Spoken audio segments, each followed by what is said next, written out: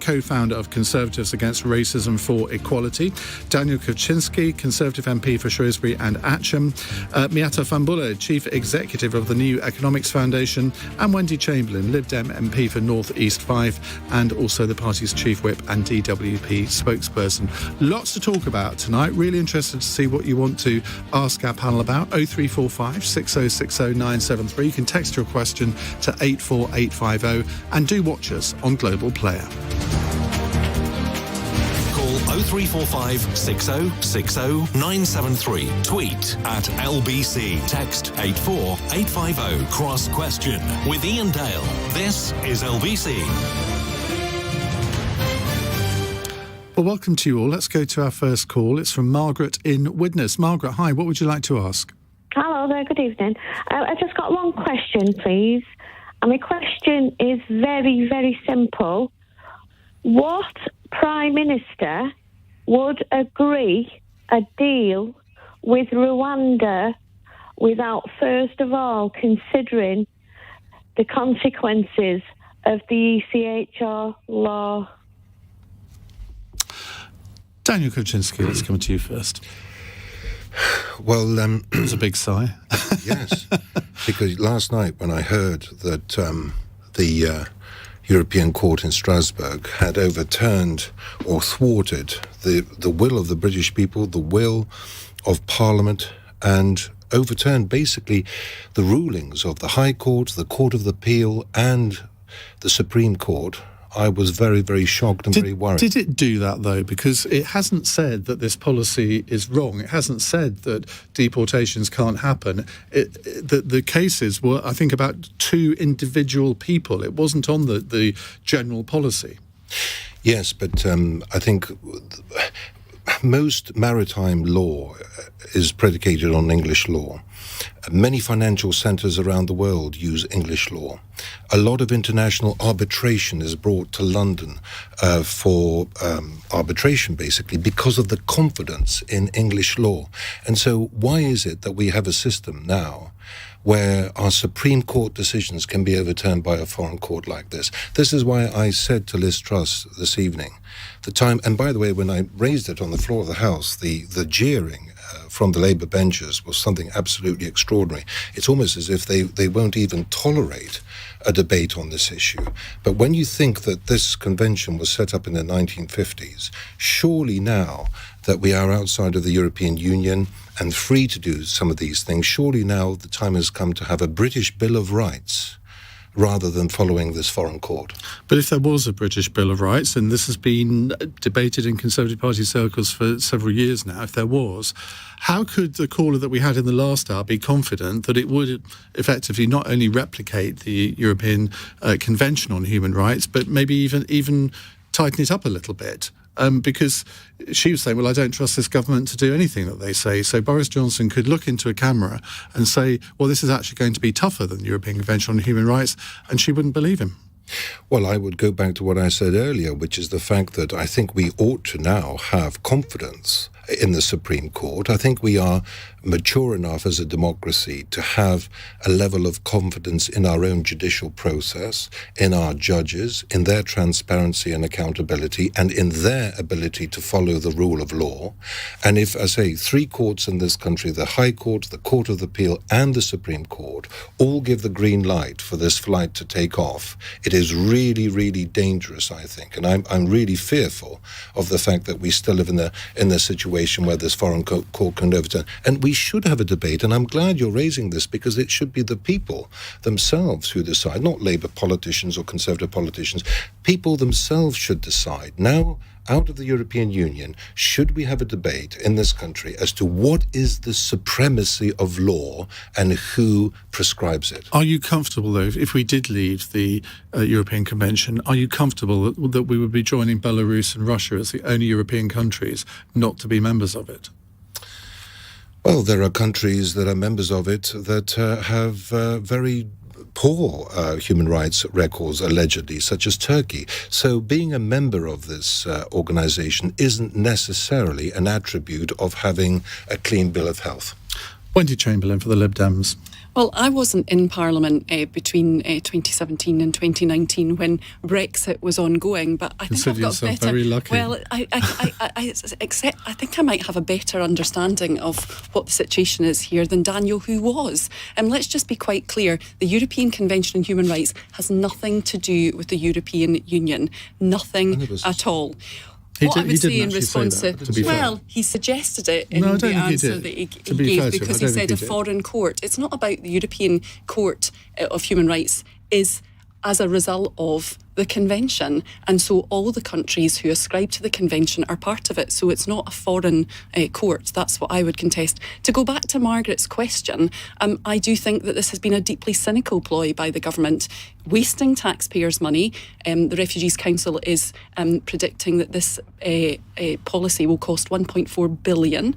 Tom Pursglove admitted that it was £12,000 for each person going out each way, and I think, just to be quite honest, Priti Patel, everything that she has done to tackle small boats, which nobody in Parliament wants to see, has gone wrong. And this is just another example of the government wasting taxpayers' money during a cost of living crisis, almost for a stunt.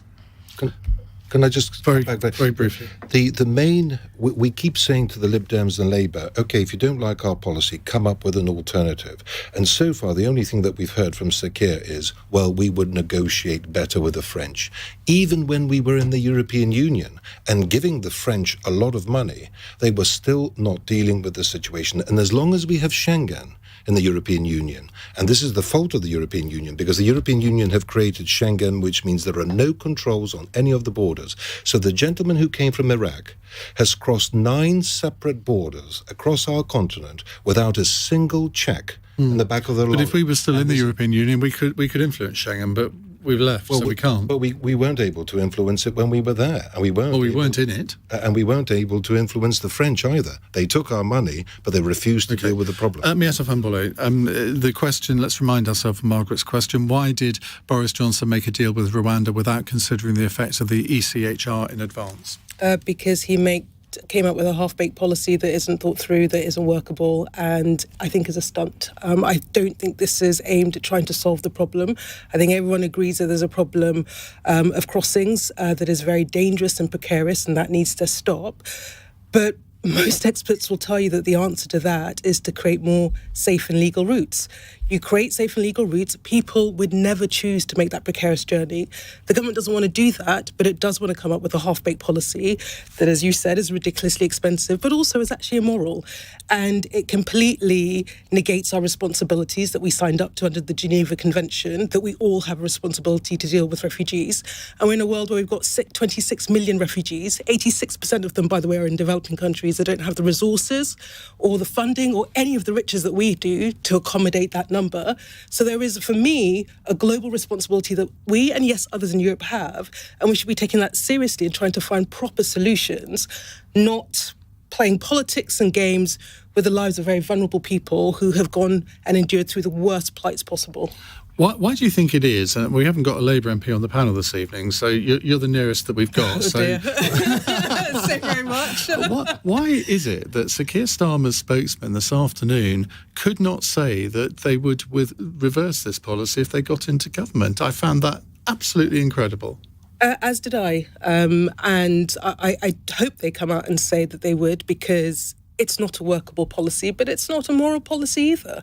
And I think all the values of the Labour Party would say that actually this is just not the way we do it. Where you think about, you come up with proper solutions that are based on values of compassion, solidarity and responsibility, and I don't think this is it. So do you think it's partly because they've calculated that a lot of the voters that they need to get back to win back red wall seats, for example, a lot of the voters in those seats might quite like this policy? Possibly. So the country's divided. The polling suggests that, about 40% of people quite like it, 45% of people don't like it. So perhaps they're sort of looking at a particular demographic. But, my view, and it's not just about the Labour Party, I think there's a responsibility of politicians, because I think there are many politicians on the Conservative benches that look at this policy and think it's disgusting and below and beneath them. And I think they're right. And I think we need politicians to say, yes, there's a problem. This is not the answer to it. Shirking our responsibility is not the answer to it. There are solutions there and we can find it.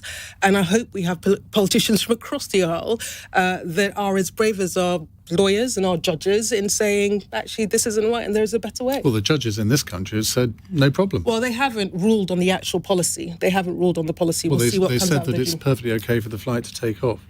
That's true. That is true. Well, thank God for the lawyers. Albie, really interested to hear what you've got to say about this. So I've got a pretty nuanced opinion, I think, on this whole Rwanda policy in general. You're one of the few, then. My position's always been quite clear on this, that I accept the general principle that there should be some form of deterrent, whether or not it's this one, which I think is quite extreme, to stop people from coming across the channel and making that very dangerous journey in the first place. I accept that principle. But what needs, in my opinion, to go along with that principle are these safe and legal routes that Miatta is speaking about. You know, we do need to have both policies in order to truly break the business model. Now, what could those safe and legal routes look like? We could have safe and legal routes which could operate from the countries of origin, which could operate from safe countries, be those Turkey, Lebanon, or closer to home like France. You know, we really do need to work on this double-pronged approach to truly break the business model. So I can accept this policy and live unhappily with it, as long as there are the safe and legal routes that people are truly not enticed to make that treacherous journey across the channel, and that is what this policy is trying to stop. You slightly surprised me, because I thought that you would be totally against the Rwandan policy, just on principle, but you're not. I accept the principle that there needs to be a deterrent to stop people from making the But trip this isn't a across the deterrent, channel. is it? It is what the government are saying is a deterrent. I think it's yet to be determined whether or not that deterrent works. It was announced a couple of months ago now. I think the boat stopped for a couple of days and they resumed again. So I think we're going to have to wait and see to see if it actually is a deterrent. But I accept the principle that a deterrent should be in place to stop people. But it's only a deterrent if the government say anybody that comes over the channel in these dinghies will be sent to Rwanda. To send 500 a year is not really any form of deterrent, is it? Yes, precisely, and I can't predict the future. I am sceptical of how effective this policy will be. I think it's very expensive, but I accept the broad principle that alongside safe and legal routes, there should be a deterrent to stop people who don't perhaps meet the parameters of the safe and legal routes for making the journey across the channel illegally. We've got to find a way to stop that from happening, and I think it would still happen with safe and legal routes for people that got rejected from this. Just a quick follow-up from Eric in Enfield, who is on... Actually, no, let's do this after the break. Well, Margaret, thank you very much for your opening question. We'll come to Eric in just a moment. It's 8:15. LBC.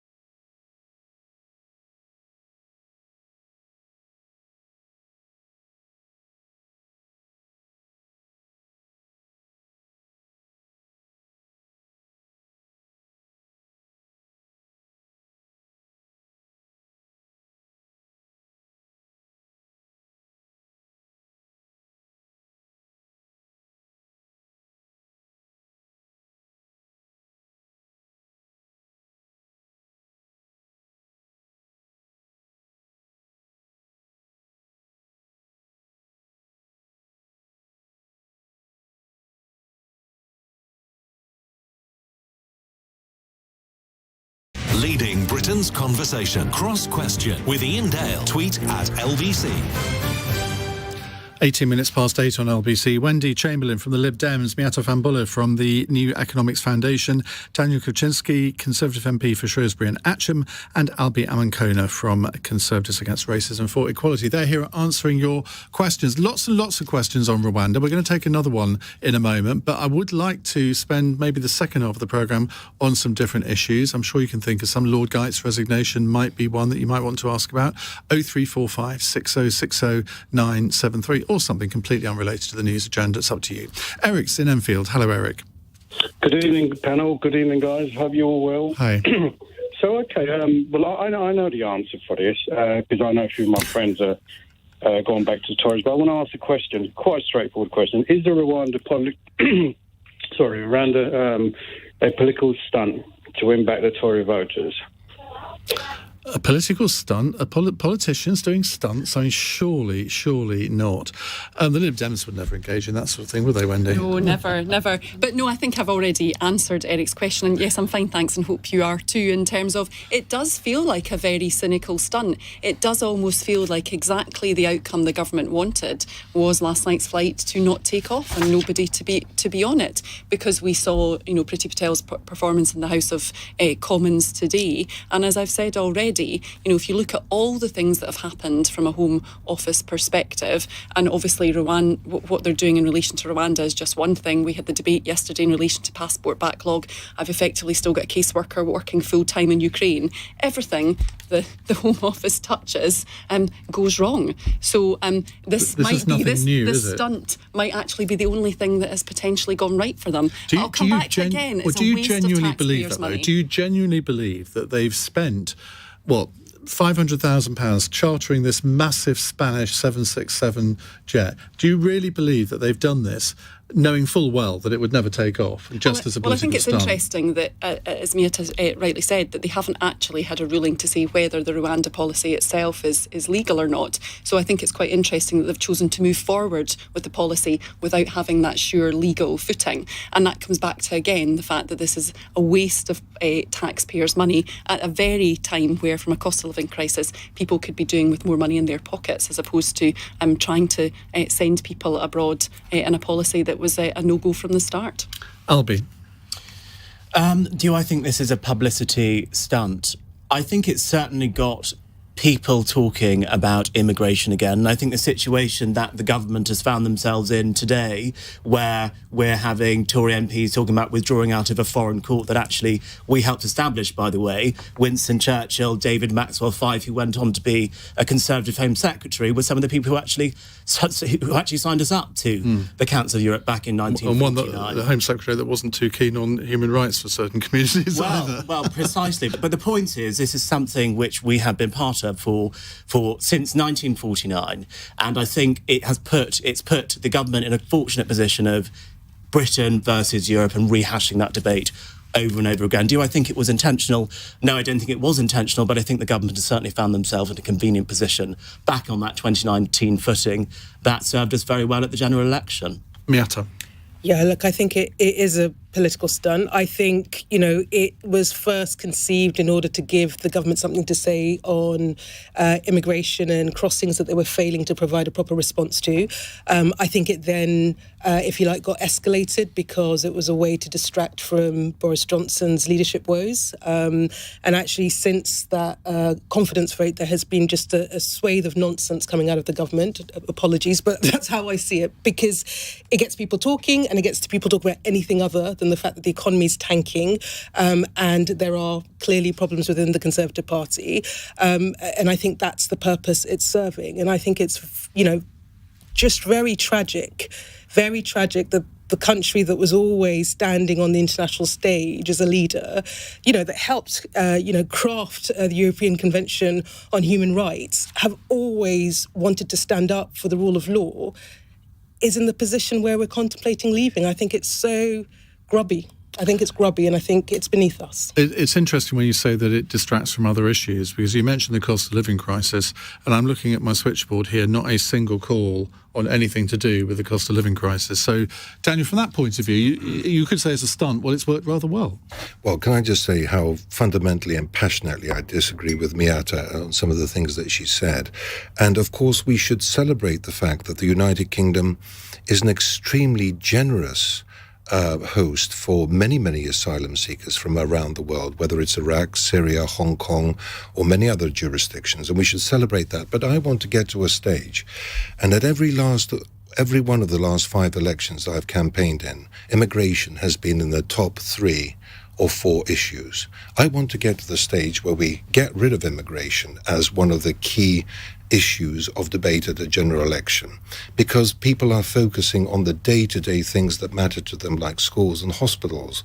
And the only way we will convince the electorate that this is not a really deficient issue in our society is if we demonstrate to them that we are generous to genuine asylum seekers, but we are tackling these ghastly criminal gangs who are operating off the coast of Dover, making huge amounts of money, which they then go on to use for other nefarious criminal activities.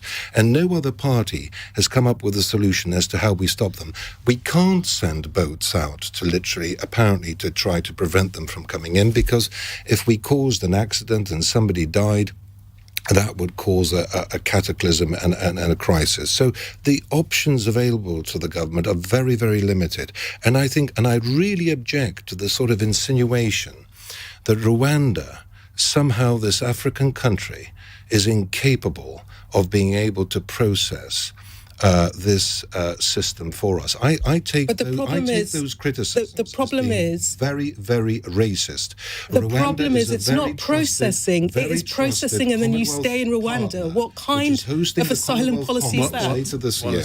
And I think we ought to give the Rwandan government, and by the way, the Rwandan president and the Rwandan prime minister, many Rwandan officials have gone on television to say how deeply offended they are by some of the insinuations of certain people. But why is it that their incapability of entering into the... But Daniel, why is it that we're sending people to a country, or wish to send people to a country, that we take refugees from because of human rights abuses in that country? Well, I think the Home Secretary was asked this question. I didn't hear her full answer, but basically there are certain special circumstances in any country, and I think you would appreciate that. But we are not the only country entering into these sort of relationships with other countries. Australia has done it. The EU has done it, to be fair. Denmark is and has not progressed because it has not worked. Other countries are also looking at this solution. And as long as, and may I say this to you, Iain, as long as the European Union refuses to police its own borders, this situation, and by the way, we had 400 people coming across yesterday, and we've already had 10,000 coming across this year, this situation will multiply beyond anybody's comprehension, and then we really will have a crisis. Final word, Miatta. I mean, for me, the real sticker with this is the fact that it's not just about processing offshore, which I think is wrong, but I think you might be able to get away with that argument. You are processing offshore and then they're staying in Rwanda. That is not an asylum policy for a country. You are literally offshoring your refugee and your asylum-seeking responsibilities. That is what is wrong with this policy. Right, let's move on. Thank you very much, Eric, for your question. Let's move on to Terry in Watford. Terry, hello. What would you like to ask? Hi, Iain. Hi, panel. My question is, would the Labour Party be best served if Keir Starmer got a fixed penalty notice?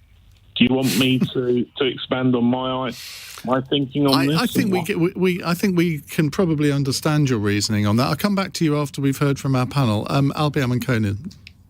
I think after Keir Starmer's performance in Prime Minister's questions today, many Labour supporters may be thinking exactly that. It came after quite a flat performance last week, and this one, you could tell he was really trying to hit some digs there. He went on about comparing the Prime Minister to Love Island, comparing him to Star Wars. I think he was really trying to get down with the kids, down with the Corbynites, perhaps get those clips clipped up on Twitter.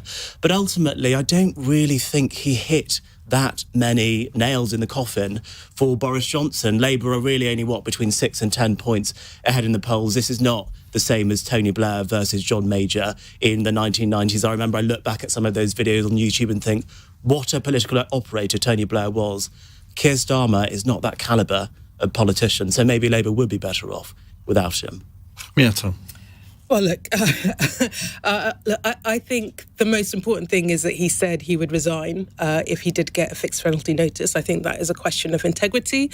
I think that's a question of standards. And I think it's absolutely the right thing for him to have done. Now, whether the Labour Party will be better off or not, I don't know. I think clearly there is a question of cut-through, appeal and definition that the Labour Party are going to have to work through, and he's going to have to work through. I think he will have to start giving the public a sense of what his project is, what, a Labour Party that one could do for the country. Shouldn't he have been doing that already? Yes, but I think he would argue perhaps that he has, but with the pandemic and everything, it was hard to get his voice heard. But for me, I don't think politics should just be about the personalities. I think politics He made it about personality. He speaks about Boris Johnson's his character all the time, rather than the policies that Labour could implement if they don't like this current Tory government. Well, I think there's a difference between character, integrity, respect, and the sort of the basic qualities and calibre we want in any leader and any politician, and whether you're boring or a fun guy or a guy you want to go to the pub with. And I think for me, I want politics of people of substance, of integrity, and then I want them to tell me what they're going to do for the country. And I think he has shown that he has integrity. And Even though he's under investigation for an FPN. And by the Common Standards Committee. Well, let's see what comes out of the investigation. I think the fact that he has said, if I've done anything wrong, I don't believe I've done anything wrong, but if I have, I'd resign, says a lot about integrity. But I think the more important thing is tell the country what you're going to do for them. Wendy Chamberlain, do you have a bit of sympathy for Keir Starmer and his party? Because your leader could be described as charismatically challenged from time to time, couldn't he? I don't know what you mean, Iain. I think this is an interesting one. Obviously, Starmer has said, voters in North Shropshire, Cheshire and Amersham, and hopefully Tiverton Honiton next week are, I think when you compare it towards what we have in number 10 Downing Street and what we are seeing, potentially maybe people who are have a degree of integrity, want to get on and get the job done, are what we're seeing. And Albie mentioned about polling, but the Labour Party have been outpolling the Conservatives for over 6 months now pretty consistently, and we've not seen a change in that. And arguably, I think again that's got more to do with Boris Johnson and number 10 than it potentially has about failings or otherwise of the Labour Party. Daniel. Well, I think he has some serious problems in the sense that today on the Labour opposition front bench, Wes Streeting and Lisa Nandy weren't present. And of course, both of them have apparently not only supported the RMT rail strike, but they've also are considered the runners and riders in the leadership contest should Sir Keir withdraw.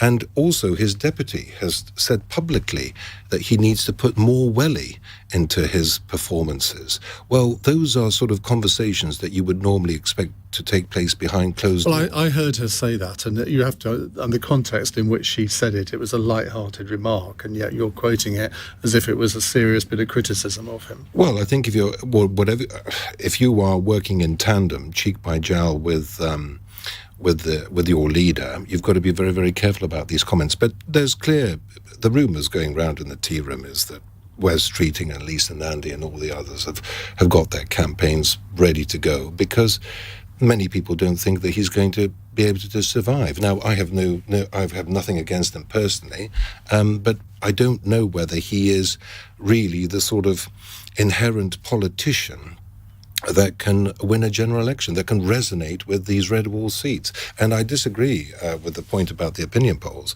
Yes, we may be 6 points behind Labour in the opinion polls, but 12 years into a Tory administration, mid-term, you would expect us to be 15. Tony Blair was 20 or 30 points ahead. Just before we move on, who would be a good replacement? Miatta, who would you like to... If he went, I don't know if you're a Labour Party member or not, but if you had a vote, who would you vote for? Oh, goodness. I can't believe you haven't thought about that. I've not thought of really? that. Look, I think for me it won't be about the individual. It will be about the prospectus. And I think what the country needs, and this is not a party political point, is a party that will say things have got really bad, we deserve better, and here is a prospectus for how we will fundamentally change the economic settlement. And whatever person can push that, I think, ought to be the person that has a running at it. It's a bit of a boring answer. I tried my best. I thought you were going to come out for John McDonnell or something. But, Terry in Watford, who would you like to... I'm assuming that you think Keir Starmer, that the Labour Party would be better off if he went. Who would you like to see replace him? So if I just say that I think that my problem is I don't know what Labour stands for under him. I don't see any substantive ideas apart from the windfall tax, which is going round like the wedding singer, quite frankly. We thought of this first. West Streeting is the one I would vote for. If I had a vote, okay. I don't. I'm not a Labour Party member, but... Well, somebody's texting in to say, forget Lisa Nandy and West Streeting. The only one to go toe-to-toe with Johnson would be Angela Rayner. I'll leave you with that thought. More questions in a moment. 0345 6060 973. It's 8:34, news headlines with Lottie Morley. Boris Johnson's independent advisor on ethics has resigned. Yesterday, Lord Geidt refused to tell a group of MPs whether he'd considered resigning over the Prime Minister's response to Partygate. The Home Secretary has vowed to press on with plans to deport asylum seekers to Rwanda, despite yesterday's flight being grounded. Priti Patel insists the policy is lawful, but Labour says it's a shambles. And cricket's governing body has charged 7 individuals and the Yorkshire Cricket Club following an investigation into allegations of racism. It follows claims made by the former player Azim Rafiq, who has welcomed the news. LBC weather staying dry tonight for England and Wales, light showers lingering in western Scotland and a low of 6 degrees. This is LBC.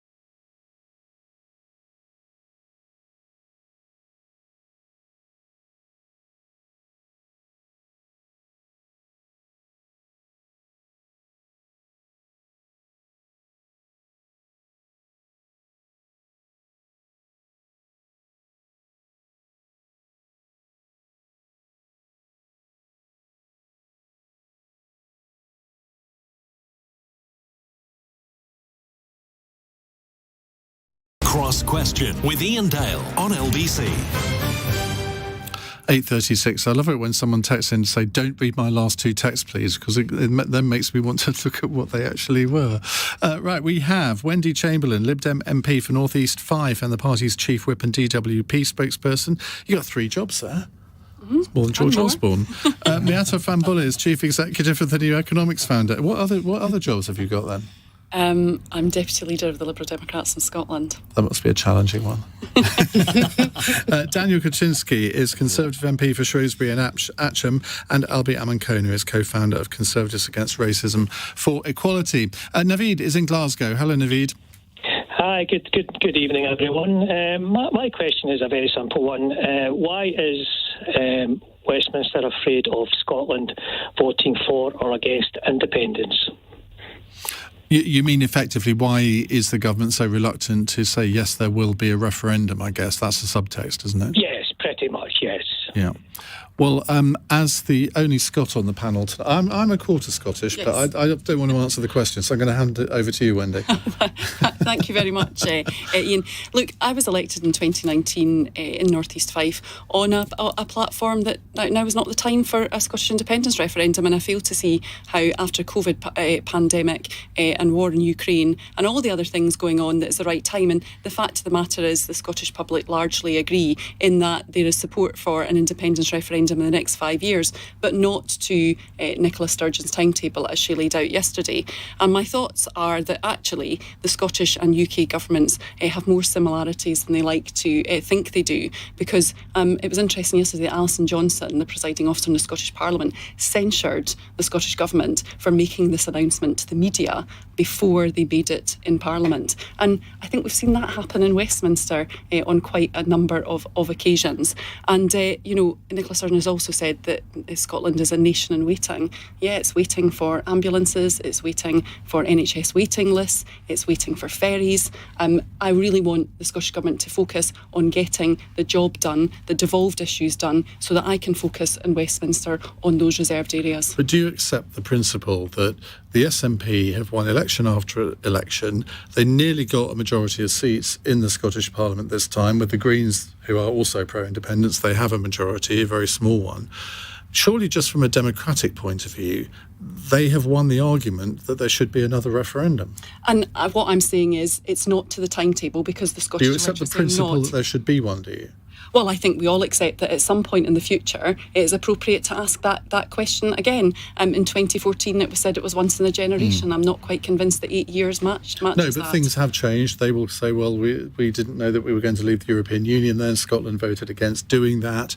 And Nicola Sturgeon also said that she would look to seek another referendum at a time where polling for Scottish independence looked to be about 60%. So again, we've been talking about stunts already this evening. It does feel a little bit like a stunt to keep people on side, those people who previously voted for independence. And for me, who was part of the 55%, where is the case to bring me on side? Nicola said a few weeks ago that Scotland, and actually the Union was failing Scotland, Wales, Northern Ireland and England. That for me is an argument for reforming the UK, not for breaking away from it. Daniel. Well, I've represented a border constituency for the last 17 years.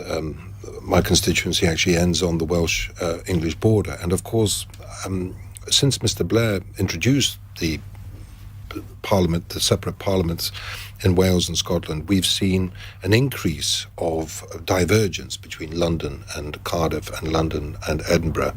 And that really concerns me, because as a border seat, it's the border communities that really see and witness the ramifications of this pulling apart. And we saw that particularly during the pandemic. But I agree with my neighbour here on the panel. We had a referendum, and it was meant to be once in a generation. And the latest opinion polls almost give the yes vote, is it 51% or 52%? I can't remember. But it's a very, very small margin. Well, other referendums have been won by that margin, haven't they? Yes, but we've just had one. And so what I'm saying is, if polling in Scotland was showing that 60 or 65% of the electorate were wanting to vote, it would be very, very difficult for a Westminster government just to ignore that. But because the polls are so tight, and because we've had a referendum relatively recently, I don't think Mrs. Sturgeon's demands are reasonable. Let's not forget about Quebec. That society tore itself apart. And you and I are old enough to remember how frequent was the referenda that took place in that province, and the sort of vilification and the tearing up of society as they went through all these referenda. Referenda of this kind are very, very divisive, and we've got to be very, very careful as to the number and frequency that we allow. So you don't think we should have had a Brexit referendum then? Because, I mean, that was very divisive, wasn't it? Well, of course, that was. The last time we had a referendum was 1975. So I think from 1975, when we voted to remain in the European Economic Community, to 2016, whenever it was that we had the next referendum, that is a significant period of time. OK, Albie. So I think we've heard some arguments against Indy Ref 2, which I wholeheartedly agree with, but I just wonder how many more times can those of us who believe in the union keep trotting out these arguments before we actually say, OK, let's give the Scots another independence referendum. And I just wonder how long we can actually keep kicking that can down the road. And part of me thinks, well, if we do the referendum when the polling is still in the, remaining in the United Kingdom direction, maybe we could potentially double bluff and win that referendum. So whilst I don't want to see the United Kingdom break up, I just wonder how much longer we can keep on having this discussion from a unionist position and say, now isn't the time. Theresa May was saying that back in 2017. We're saying that now in 2022. What is it going to be, another 5 years? We're going to be having the same arguments. 10 years, we're going to be having the same arguments. We say once in a generation. So what are we saying in 30 years' time? We're going to be happy with having a referendum. I still think I could be sitting on this panel or other panels making the same arguments that you've just made, and someone else would be saying it's time to have a referendum. I think in 30 years' time there might be a different presenter presiding over it. But you never know. Yeah, and Albie, I suppose what you're doing there is you are assuming that the SNP government remains in power, that the SNP remains the largest party. 15 years on that they have been in government, and we are seeing what happens when a government stays in power too long, with a number of the domestic issues that are gone. They've just been re-elected. They were re-elected last year, but I do think that we are starting to see some of the real issues around education, around transport, etc., coming home to roost. OK, Miatta? So my husband is Scottish, so my family's Scottish, and so I've seen the debate shift since... Not only are you our Labour MP representative, you can be our SNP representative as well. I've seen the debate shift, and actually it's interesting seeing the increasing support for independence. And I think my view is that if we want to... if the surest way of breaking up the union is to say no. Is for Westminster to say no to the democratic will of the Scottish people. I actually think we need to have that Scottish independence referendum, but I think the unionist case should be based on a federal system, a really ambitious proposition about how we devolve power, genuine power, so that we can exist as one union, but with a powerful Scotland, a powerful Wales, and a far more democratic and powerful England. I think that's how you need to this. I think just saying not now, just will make people frustrated and will throw them into the arms of the SNP, where I actually think you could win. If you had on that ballot leave or a federal settlement, and a proper federal settlement, not one we talk about and then we don't do, I think we would win it. I think the unions would win it. It's really interesting, because I think even though the no side won last time, it was despite the campaign rather than because of it, because it was a Project Via campaign. And I totally agree with you. If you're going to counter the SNP's arguments, you can't just say that Scotland's going to fail economically. You've got to have a sunny uplands. What's the vision for the future of the union? And we didn't get that last time at all in 2014. Can I just make one point, which is that how irresponsible it is of them to propose another referendum when they have not come up with a credible solution as to what currency they're going to use. You talked about the economy. We're going through a cost of living crisis at the moment. We're spending £70 billion a year on debt interest. We're in a very difficult, tight economic situation, and yet they still haven't come up with a credible solution as to what currency they're going to use. We are not going to allow them to use the pound sterling. That was made absolutely clear. So what's the solution? Why can't they give us... Bring back the groat, I say. Just a thought. Right, we'll move on. Naveed, thank you very much indeed for that. We'll move on to another subject in just a moment. Al, the texter, who said, please don't read out my text, he's now sent a proper one saying, Keir Starmer is brilliant. He will make a great PM. We need impotence. I don't think he means impotence, does he? and decency. We'll just move on. Not a despicable excuse for a clown like Johnson. No one ever accused him of impotence, did they? It's 8:47. LBC, Nick Ferrari at breakfast. 30 minutes prior to its departure, that deportation flight to Rwanda was stopped. Former leader of the Conservative Party, it's Ian Duncan-Smith. Where does it possibly lead? Some kind of collision course between the European Court of Human Rights and the British government? This has turned into a legal farce. We shouldn't have to refer constantly back to the court in Strasbourg because we should rely on our own courts to be able to uphold human rights. Does that mean come out of the ECHR? Many countries sign up to some, but not all, of the requirements in the ECHR. The government needs to look at this very carefully. Nick Ferrari at breakfast. Back tomorrow morning from 7. Listen on your radio and on Global Player. LBC.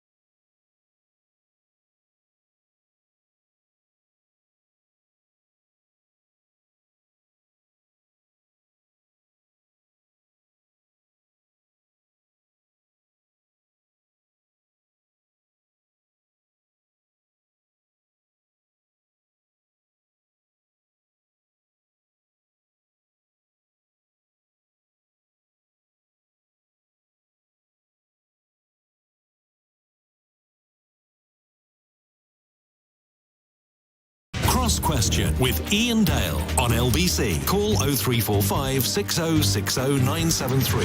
That's that text. 8:49 on LBC. Right, let's go back to your calls. We have Wendy Chamberlain, Miatta Fahnbulleh, Daniel Kawczynski and Albie Amankona with us.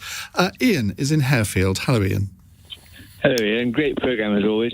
I'm interested to hear the panel's views as to the reason for Lord Dight's sudden volte-face to resign, and what credibility it gives to the concept that actually he's suddenly woken up to Alistair Campbell's appraisal of Boris Johnson, that his modus operandi is to drag everyone down to his level and therefore to ensnare them in his values, and that's why he's managed to actually survive as long as he has.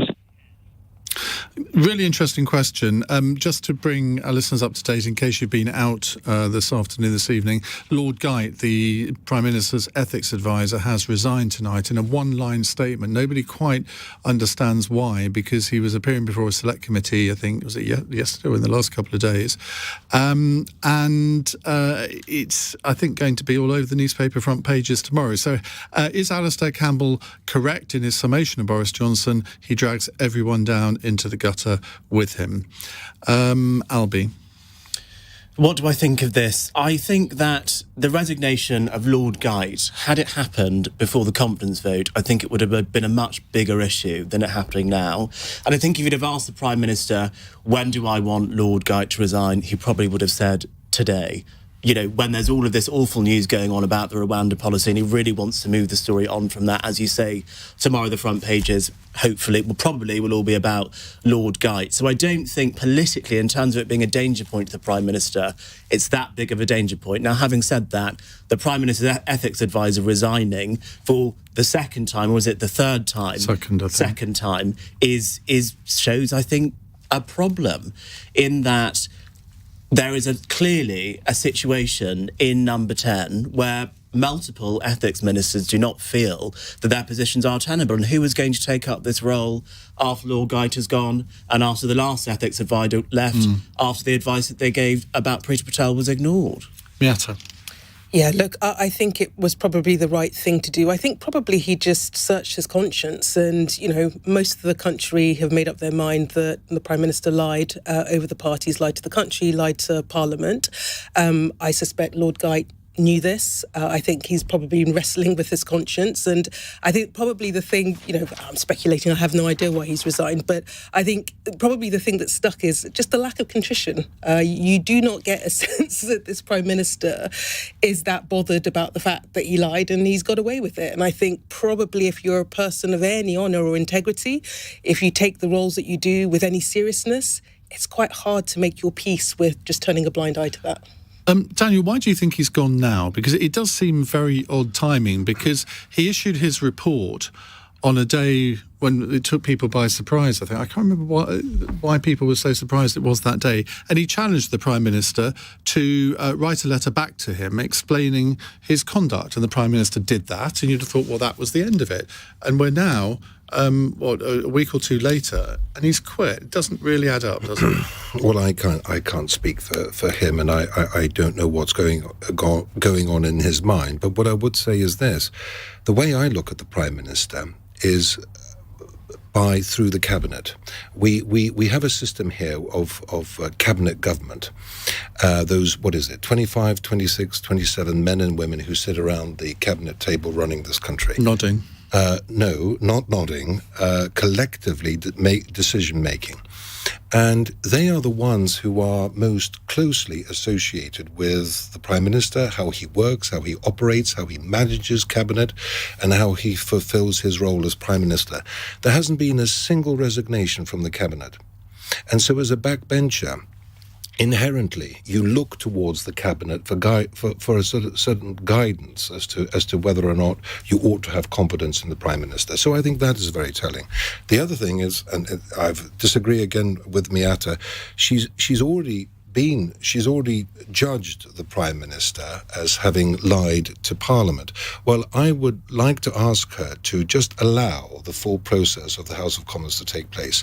The Committee on Standards and Privileges, a cross-party group of members of Parliament, will be investigating this issue and will be reporting in October as to whether or not they have found any concrete proof that the Prime Minister has deliberately lied on the floor of the House of Commons. And if they do that, would you then say that he should go? Well, you're speculating here, and no politician really likes to answer a speculative question. No, but you're among friends. Nobody's listening. So. Of course. If that was to happen, then clearly I would have to have very serious discussions with my association, and we would have to make a decision. But I do object. They would be looking to you for leadership. No, because I think associations themselves are highly polarised. There was an opinion poll which said that 53% of Conservative Party activists were in favour of the Prime Minister, 35% were against, and the others were undecided. If I had £1 for every time I had read a lie about a politician written by a journalist, I would have been able to retire to the Bahamas. The very thought. Wendy Chamberlain. So I think the tipping point was yesterday's Select Committee appearance, where what was quite obvious was that Lord Geit basically admitted that he does not give the Prime Minister ethics advice, because if he were to give the Prime Minister advice and the Prime Minister disagreed with it, then the whole house of cards, in terms of how that process works, would come tumbling Which down. is an extraordinary thing to say. An absolutely extraordinary thing to say. So what I believe has happened, or what I think has happened, my own summation is that he has obviously reviewed what happened yesterday, reflected on it, and realised that his position is no longer tenable. Okay.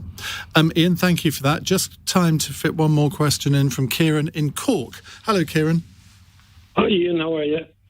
Very well, thank you. Thank you. Can a democracy function without agreement on fundamental fact or truth, or even what a lie is? That's a very deep question. So is it possible for a democracy to function when there is no objective agreement on what is truth? Wendy? Well, I think the last question from Iain there brings this all to light, doesn't it? The fact that Daniel's defence for continuing to defend the indefensible in terms of the Prime Minister's conduct is the fact that there now needs to be another investigation to establish whether the Prime Minister was not truthful in the House.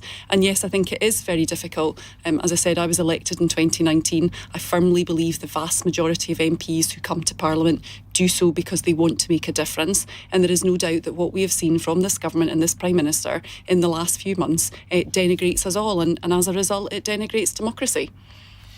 Daniel.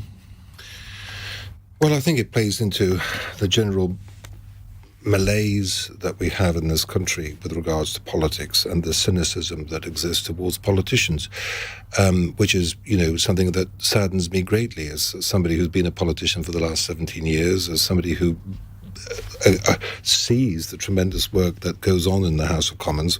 But what I would say is politics is all about ideology, perspectives, perceptions, very strongly held perceptions. So of course there's going to be a clash of what we perceive to be the truth or the way forward in many political debates, and I value that. I value that because I'm the only Conservative member of Parliament who was born in a communist country where we were only allowed one perspective, and if you didn't follow that perspective, you would disappear. I think we should just celebrate the fact that we're all different and that we can have these harsh political debates because it shows the strength of our democratic process in this country. Okay, Miatta? So I think you can have different perspectives. I think different perspectives are really important in a democracy. I think you can have different points of view, but I think the truth is the truth and lies are lies. And I think we're at a very dangerous point where we see a lie and we don't call it a lie. I think it does denigrate our politics. I think it erodes standards. And, there's a reason why our entire democracy is based on the idea of honour, right? Right honourable gentleman is there, and there is a code of conduct that is being eroded at the moment, and I think it's really tragic, I think it's really sad, and I think it's really corrosive for our politics. And politicians, you know when a lie is a lie, you know it, and the fact that you're defending it, I think is really sad. Albie. I do really think we need to get back to a point in politics where we are led by the evidence, whether or not that is with what is yet to come in the Privileges Committee, whether or not that is the ongoing trans debate where no one seems to want to talk about it in a reasonable way. Both sides are getting very angry, whether it's the environment, whether it's anything. We've got to get back to a place where policy is led by the evidence and by the facts and by experts who know what they're talking about, helping politicians and policymakers come up with the best policies to help all of us and all of our listeners and viewers. Kieran, thank you very much for that. Final text question from Jim in Chippenham. Lord Geidt doesn't fancy it. Who should be the next ethics advisor? No serious answers, please. Shall I kick you off with a couple of suggestions while you're frantically trying to think of an answer here? I've got one. I was going to Oh, Wendy, Wendy, go go with on. you. No, I know you're joking. Wendy. I was just going to say Paddington, clearly. He's been sort of put forward in the last few weeks as clearly the holder of British values all the way from Peru. So I think he would be perfect. And if nothing else, he could glue the Prime Minister up with marmalade if required. Indeed. Daniel. Well, perhaps your good self. No, I've already been taken. But I have brought you together. That's nice. You can agree on something. Well, there you are. Thank you for that. What an awful job that would be. I think I'll stick with the current one. Thank you. Albie. Maybe someone like Anne Robinson. I think it would need to be someone that Boris Johnson was a bit scared of, and everyone's scared of Anne Robinson. That's very, very true. Thank you very much to all of you. Wendy Chamberlain, Miatta Fahnbulleh, Daniel Kawczynski, Albie Amankona. Don't forget, if you miss an episode of Cross Question, can't think why you would, but you can catch up on the Cross Question podcast every evening and also catch up on Global Player. In a moment, we're going to turn our attention to strikes. How is the rail strike going to affect you next week? If it's effectively going to last for all of the week, how do you think it's going to affect you? How's it going to affect your business? And do you think we've got to the point where we need to consider restricting strike action in some sectors, maybe including railways? It's 9:01. On your radio, on Global Player, and Play LBC. leading Britain's conversation. This is LBC. From Global's newsroom at 9 o'clock. The Prime Minister's independent ethics advisor, Lord Geidt, has resigned. It follows Boris Johnson's response to being fined for attending a lockdown party in Downing Street.